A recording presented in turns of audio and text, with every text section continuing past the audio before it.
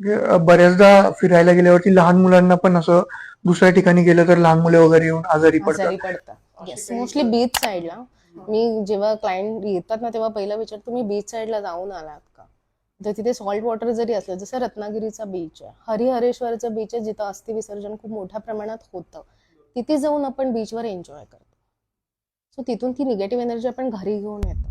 म्हणून आलं की आपल्या बॉडीचं क्लिन्झिंग आणि ऑरा क्लिन्झिंग हे फार महत्वाचं आहे. लहान मुलांची अशी काही केस आलीत? आले, हो हो. एक बाळ होतं, ते सेम मी म्हणलं बीच साईडला ते जाऊन आलं. आल्यानंतर ती खूप क्रँकी झाली आणि ती मुलगी 2.5 दिवसानंतर, म्हणजे ती पूर्ण तापाने फनफनली होती, रिकवर झाली की ती उठली की ती कोकणी भाषा बोलत होती. बरोबर.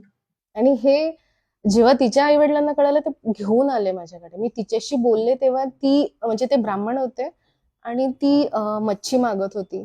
तिला मच्छी खायची होती आणि तिला आंब्याच्या बागेत जायचं होतं, तिला बीचला जाऊन निवांत बसायचं होतं आणि शाळेत जायचं होतं. आणि तिला तिच्या शाळेत जेव्हा घेऊन गेले, ती म्हणते शाळेत जायचं.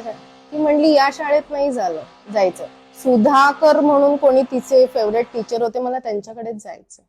ओके.